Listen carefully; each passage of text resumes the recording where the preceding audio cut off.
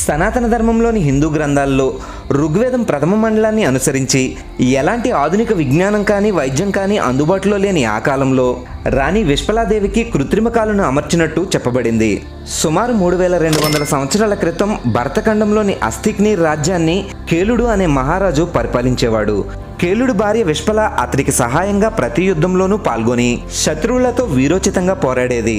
అలా విశ్వల పాల్గొన్న ఓ యుద్ధంలో శత్రు సైన్యంలోని సైనికుడు ఆమె కాలుపై నరకడంతో విశ్వల కాలికి తీవ్ర గాయమైంది. ఎన్ని రకాల వైద్యం చేసినా ఆమెకు నయం కాకపోవడంతో విశ్వల అశ్విని దేవతల్ని ప్రసన్నం చేసుకోవడానికి అశ్వమేధ యాగాన్ని నిర్వహించింది. విశ్వల యాగానికి సంతోషించిన అశ్విని దేవతలు ప్రత్యక్షమై గాయమైన విశ్వల కాలిని తొలగించి దాని స్థానంలో లోహంతో చేయబడిన కృత్రిమ కాలుని విశ్వలకు అమర్చారు. వాట్ ఇండియా టీచర్స్ అనే పుస్తకంలో మ్యాక్స్ ముల్లర్ ఈ విషయాన్ని చాలా అద్భుతంగా వివరించాడు.